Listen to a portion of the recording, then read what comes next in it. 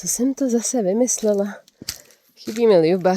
Jop, ale než se mnou vydáš na noc do džungle, ukážu ti trochu Malajsie. Sem jsem se dostala nočním autobusem ze Singapuru a jako první jsem chtěla spáchat alespoň trochu ranní hygieny. Paní na toaletách mi dokonce doporučila, že se mohu osprchovat. Když jsem na to tak koukala, tak děkuji, ale raději příště. Ranní káva nesměla chybět a hned po ní jsem si zaplatila autobus do hor, protože co bych dělala ve městě, že jo, tam jsem teď byla několik dní. Oblast Cameron Highlands se pyšní mlžnými pralesy, čajovými plantážemi, jo a měli tam docela solidní kafe. Jsem šťastná jako blecha a rovnou vyrážím do džungle, evidentně teda po žebříku. Plán je přelézt přes kopec, dostat se do další vesnice a pak vyrazit do mlžných hor, kde mám vyhlídnuté místo na spaní. Džungle je poměrně klidná, možná až příliš klidná.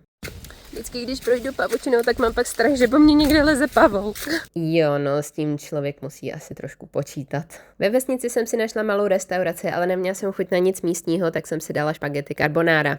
Až na to, že v nich byla smetana a houby a cibule a česnek a chyběl v nich sýr. Je málo věcí, co nesním, houby ale bohužel na tom seznamu jsou. Myslela jsem, že cesta na vyhlídnuté místo na spaní bude tak na hodinu.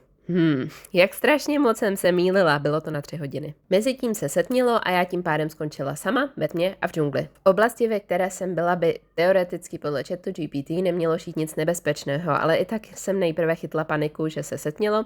Pak jsem zjistila, že pavoukům ve tmě reflektují oči a měla jsem infarkt, že všude vidím pavouky. A asi po další hodině, co jsem šplhala do kopce přes kořeny, bahno a byla jsem totálně grogy, tak mi byly jedno i ti pavouci a už jsem se jenom modlila, ať dojdu na místo, kde chci spát. Co jsem ale oceňovala, byla, že cesta byla značená reflexními proužky, což se v tu noc opravdu hodilo, ale naopak jsem vůbec neoceňovala to, že když jsem došla skoro na místo, kde jsem chtěla spát, tak jsem tam našla zamčenou bránu. No nic, bránu jsem prostě přelezla. Já se tím pádem dostala na místo, kde se prodávají vstupenky do Mossy Forest, tedy do starobylé džungle. Nikdo tam nebyl a já si našla krásné místo na terase za budovou, kde jsem zakempila a převlékla se do suchého a čistého oblečení. Tak snad budu mít klidnou noc a uvidíme, co přinese ráno.